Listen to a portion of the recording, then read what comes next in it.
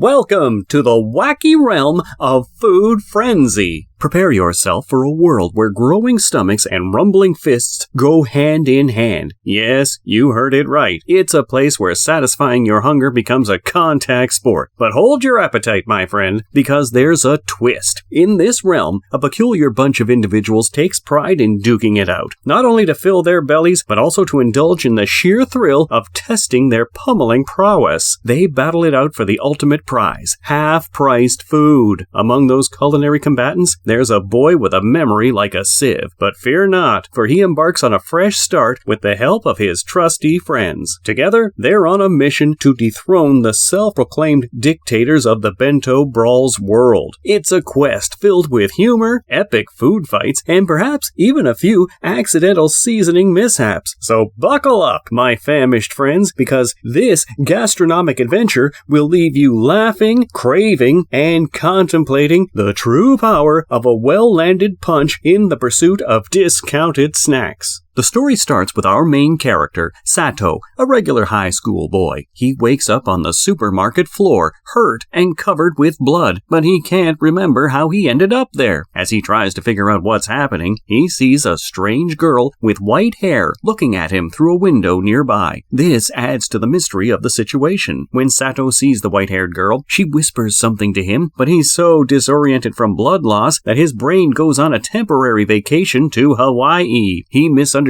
what she said and mistakenly thinks she's telling him she loves him. This adds to the confusion and turns the whole situation into a comical telenovela where dramatic romance blossoms amidst the chaos and medical emergency. Anyway, the next day, as Sato goes to school, he meets a girl named Hana. She seems really happy that he's okay after getting hurt, but Sato is surprised because he doesn't remember even who she is or how she's mashed to what happened to him. When Sato gets to school, he sees the mysterious white-haired girl carrying a lot of garbage bags. He feels the need to help and throws them away. While he's busy doing that, Umi, who is the student council president, kidnaps Hana. This makes the story even more suspenseful. Sato and the white-haired girl talk for a short time, but their conversation gets cut off when she strongly tells him not to go back to the supermarket and leaves quickly. Her warning is unclear and makes Sato even more confused about who she is. Even though Sato reigns on an almost empty pocket, he has to go back to the supermarket at night because he really needs to save the money. He's surprised when Hana comes with him and admits that she couldn't resist the excitement of the late-night food brawls that happens here. Sato and Hana quickly go to the back of the supermarket to find the discounted bentos that everyone wants. But when they get there, they see a really chaotic and violent situation. They're terrified as they watch. Suddenly, two experienced bento hunters hit Sato with a powerful attack, and he gets wrecked as a whole. Feeling confused and not fully aware of what's happening, he sees a tough fighter in that mysterious white-haired girl called the Ice Witch. She's known for her strong looks and fighting abilities. Later on, a supermarket worker wakes him up and tells him about the risks of the late-night food battles, but even after being warned, Sato goes back to the store with Hana. The air feels really intense and aggressive as the fighters wait nervously for the employee to mark the discounted bentos. Finally, they get the signal, and they start fighting each other really hard. They're acting on their basic instincts, fighting to survive and get a cheap meal. Sato's eyes widen like a cartoon character. Wait, what? Spotting a buffet as he witnesses normal people morphing into ravenous beasts, all in the pursuit of half-priced bentos. It's like a bizarre zoo where the main attraction is a feeding frenzy rather than cute animals. Amidst this spectacle, Hana unleashes her inner cheerleader, waving her pom-poms and shouting encouraging words like it's the World Cup of discounted meals. Feeling his stomach growl in envy, Sato's hunger takes control, turning him into a famished gladiator ready to battle for his own bento prize. Forget fight or flight, this is more like fight or bite, as Sato jumps into the chaos. Sato does well for a while, but then he gets overpowered. Just when things look bad, the Ice Witch shows up and saves him from being completely defeated. The Ice Witch moves really smoothly and easily into the fighting area. She defeats every opponent with her amazing skills, showing that even big guys can't beat her. While Sato sees a chance to get one of the few remaining bentos, two wolves wolves suddenly attack him. This makes him an easy target for the Ice Witch's special kick. Once again, Sato finds himself face-planted on the supermarket floor, contemplating his life choices like a philosophical potato. Just when he's at his lowest, the Ice Witch swoops in. Her chilling presence makes him shiver more than a penguin in a snowstorm. With a voice as cold as a frozen burrito, she drops a truth bomb that hits him harder than slipping on a banana peel. Only the strong can have a bento. Sato's eyes widen in disbelief. Who knew that snagging a discounted meal required the strength of a sumo wrestler or the agility of a ninja? Suddenly, he imagines a bento-themed WWE match, with shoppers body slamming each other over the last box of sushi rolls. It's a fight for survival, a culinary battleground where the weak go hungry and the strong feast like champions. Before the Ice Witch leaves, she offers to teach Sato how to survive in the fights and asks him to meet her at school the next morning. The next day, Sato and Hana meet the Ice Witch, who tells them her name is Yarizui. She invites them to join the half-priced food lovers club. Sato is surprised when Yarizui uses tactics to leave Sato with no choice but to join the half-priced bento lovers club, making him feel flustered and embarrassed. She then shares some values of bento brawls and the club saying they have to be really passionate about their love for cheap food to be part of the club. Sato and Hana happily agree, but Sato still feels uneasy about Yarizui's strange behavior and can't stop thinking about it. Yarizui goes on to explain that even though the bento brawls may seem brutal, there are rules that the fighters must follow. Wolves, like herself, have certain codes of conduct. This includes starting the fight only when the person in charge puts the half-price stickers on the bentos and stop attacking a wolf as soon as he grabs a bento. In addition, we learn that the strongest wolves, like the Ice Witch, have control over many supermarkets in their area. On that evening, Sato and Hana go to a supermarket that was suggested to them, but unfortunately, they get defeated before they can get any of the bentos. Undeterred, they decide to go to a different place, and by chance, they meet Monk and Goatee, who are also wolves. Monk and Goatee warn them about a lady called the Boar, who doesn't follow the rules of the bento fights and the person in charge. Without waiting for the person in charge to finish putting the stickers on, the Boar jumps in and manages to take all the bentos for herself, even though the wolves try to stop her. The wolves can only watch as the Boar ignores the person in charge and forces him to put stickers on her bentos. The wolves who can't get a bento have no choice but to eat instant noodles instead, even though they're not as satisfying. Sato and Hana also feel like they have to follow this tradition that evening. Even though they couldn't get bentos, they still enjoy eating together. The next day at school, Umi transforms into a one-person riot squad, warning Sato to stay away from Hana with all the ferocity of a bulldog protecting its bones. She's armed with an arsenal of slaps that come at him faster than a hailstorm of wet noodles until he throws in the towel. Later in the day, Umi separates Hana from Sato, trying to keep them away from each other. So Sato has to fight in the bento battles by himself, but when he gets to the supermarket, he meets Monk, Goatee, and Brunette again. They tell him that it will be impossible to get any bentos because the Tempest, a pro rugby team, is there, and the Boar has arrived too. So they plan to go to a different supermarket instead. Sato decides to go back to the store and have a cup of noodles instead. But then a wolf called the Wizard shows up, coming up to him and asks if he would really be happy with a meal he didn't earn. This makes Sato's ego inflate faster than a balloon at a clown convention, and he dashes toward the Boar with the determination of a caffeine-fueled cheetah. His plan is flawless, in his mind,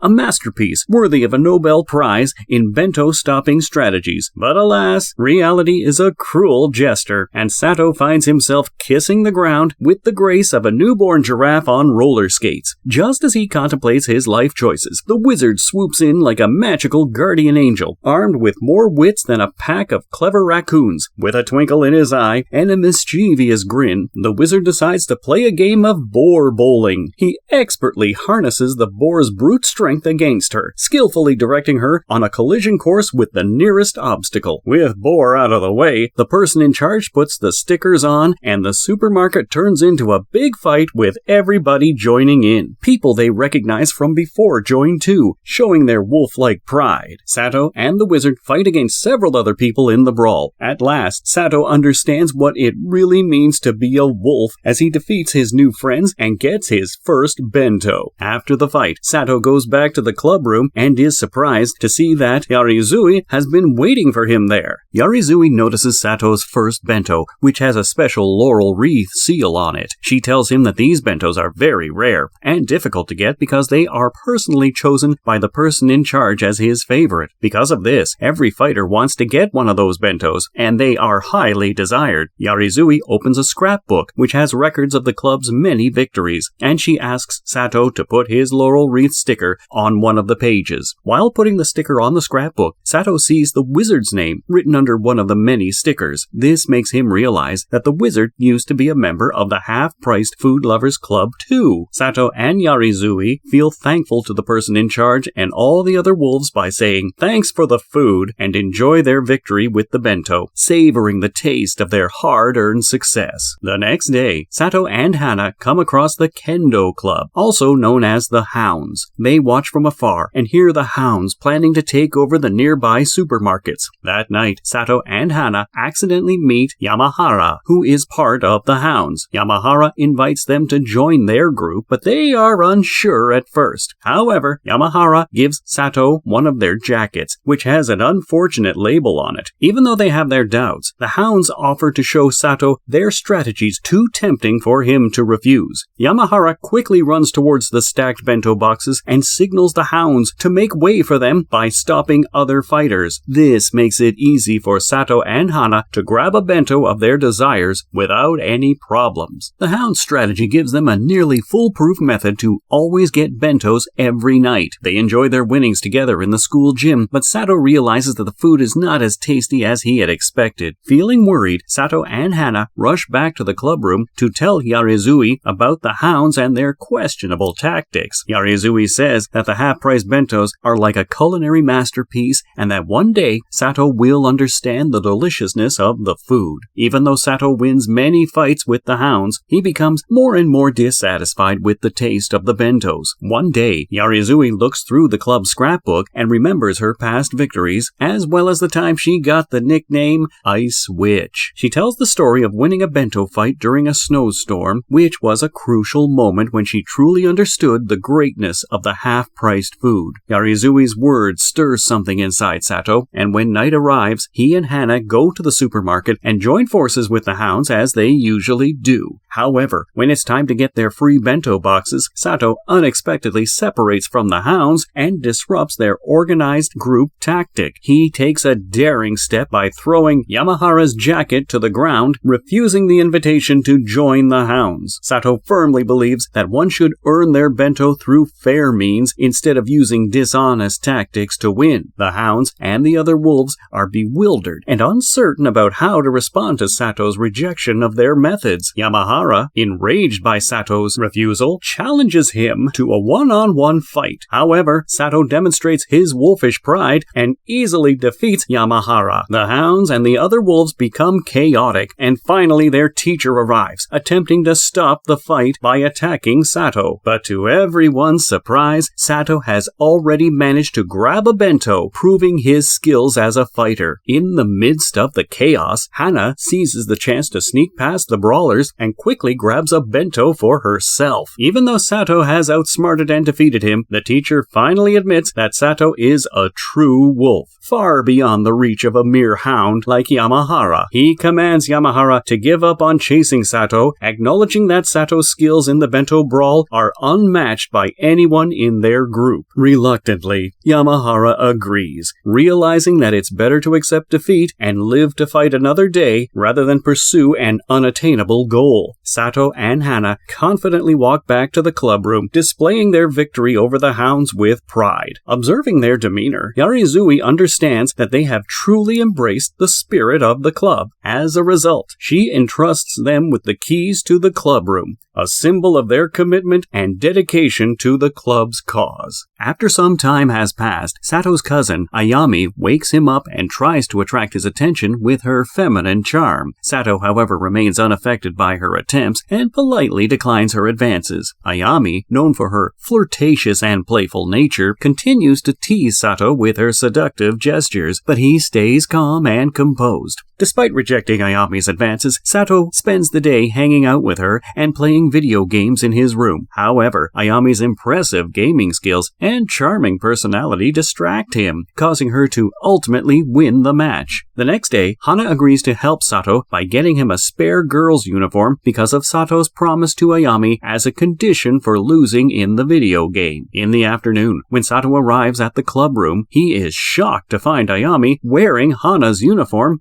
and behaving, oh, let's not talk about it. During their conversation, Sato is surprised to learn that Ayami is a well-known brawler in the bento world, known as the Beauty by the Lake. Ayami expresses her desire to challenge the Ice Witch and find out if she is as strong as her reputation suggests. That night, as Sato heads to the supermarket, he unexpectedly encounters Ayami dressed in a fancy outfit. He is taken aback by her appearance. Ayami explains that it was actually who punished her by making her wear the dress as a consequence for mistreating Hana and wearing her school uniform. Sato goes with Ayami to the supermarket and they meet Yarizui there. They decide to have a duel to see who can win the same bento. The fight starts and Ayami tries her hardest to move around in the chaotic battlefield, but her fancy dress gets in the way and makes it hard for her to match Yarizui's quick movements. Yarizui quickly takes Ayami down, leaving her defeated on the ground. Despite this setback, Ayami gets back up, adjusts her dress, and continues the battle against Yarizui, wielding her chopsticks as her weapon. She fights with more determination, evading Yarizui's attacks and launching her own counterattacks. However, despite her skills and determination, Ayami is ultimately defeated by the Ice Witch's superior strength and experience. In the midst of the chaos, Sato and Ren, both determined to win a bento, notice each other and engage in a fierce competition. They fight fiercely, exchanging powerful hits without backing down. However, after a long and tough battle, Sato manages to gain the advantage and comes out as the ultimate winner, forcing Ren to retreat in defeat. As the wolves fight fiercely, there's someone hiding in the shadows, watching them closely. This person wants to defeat all the strong wolves and control their territory so they can be the ruler of all the supermarkets. They are focused on this goal and carefully planning their strategy. They're waiting for the perfect time to attack and make their dream come true. Sometime later, Sato finds himself in a sticky situation, one that could rival the wildest plot lines of a telenovela. Imagine this. He's half-dressed, lurking like a ninja in his cousin's dormitory at school. Desperation drips from his every pore as he attempts to evade a security guard who's determined to keep him away from Ayami. It's a fashion crisis combined with a stealth mission, and Sato's choices are as limited as a clearance rack on Black Friday. Luckily, however, Sato's cousin arrives just in time to help him. However, while they're escaping, they accidentally drop a flyer from a supermarket. Ren, who is clever, picks up the flyer and tells their boss about it, letting them know what it says. At this point, Sato's only escape route involves donning a girl's uniform and a hat that could win the most ridiculous headgear award. Unfortunately, his attempts to hide his true identity crumble faster than a poorly made cookie, as the security guards spot his disguise faster than a hawk spots a mouse in an open field. Just as panic sets in, Ayami unleashes her secret weapon, her dazzling beauty. With a flirtatious twinkle in her eye and a hair flip that could rival a shampoo commercial, she mesmerizes the guards, turning their attention into a swarm of love-struck bees.